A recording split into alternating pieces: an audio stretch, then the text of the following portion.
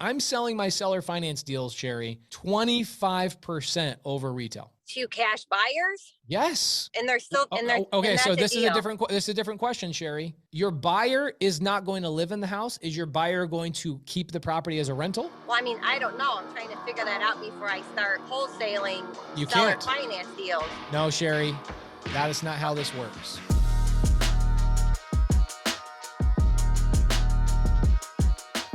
Your buyer determines what happens with the exit strategy. So if you get a seller finance deal, here's what happens. I did this Zoom a year ago and it was like a mind-blowing Zoom. We had a student and her name is Dailene. Okay. And same thing. She's like, I have this seller finance deal, but I don't know what to do with it. She's like, I don't know how much to charge for this deal. And Sherry, your question might be bad timing because you don't currently have a seller finance deal under contract. Is that correct? Correct. Okay, so when you get a seller finance deal under contract, here's what happens. You're gonna know one of two things. You're gonna know, is this going to a homeowner that's gonna buy the house, or is this going to go to a cash buyer? What is the biggest difference between these two buyers? The biggest difference is a homeowner doesn't care about cash flow. Why? Because the homeowner lives in the property. Do you and your husband care about the cash flow of your property you're living in right now? No, because it doesn't cash flow because you live in it. Does that make sense? Yeah.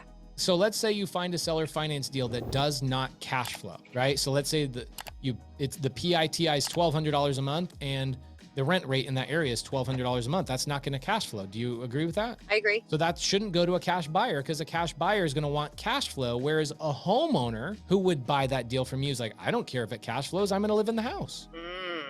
Does that make sense? Mm-hmm. Okay, so that is the differentiator when you get a deal is number one, is this a cash flowing property or not? If it's not, automatically, who's it going to? The home buyer. That's correct. Okay. It's going to a home buyer because home buyers are the only people in the world that don't care whether a house cash flows. Okay. Mm-hmm. If you find a property that is cash flowing, you could do both. But I can tell you, if you have a property that's not cash flowing and you try and find a cash buyer for that, nobody's going to respond to you and you're going to wonder what's going on with that deal. Oh, no, I'm well aware of that. Just the wholesaling part of the business. There you go. So when you get a seller finance deal under contract, the first thing you want to do is verify what is the actual cash flow of this property. You want to underwrite it. If the answer is no, it's not going to cash flow, then who is it going to go to? An actual homeowner that's going to live in it. There you go. Do you and your husband own the property you live in right now? Or are you renting? No, we own it. Okay. Does it cash flow?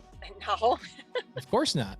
So, but what do you care? What if somebody came to you, Sherry, and said, hey, I'll sell this house to you. I won't pull your credit. I don't need you to go through a job verification process or see your tax returns or anything like that. All I want is a 10% down payment. Do you care whether that property cash flows if it's something you want to raise your family in and live in that house with your husband? Well, absolutely not. There you go. Okay. So the way you structure your assignment fee is determined based on the cash flow.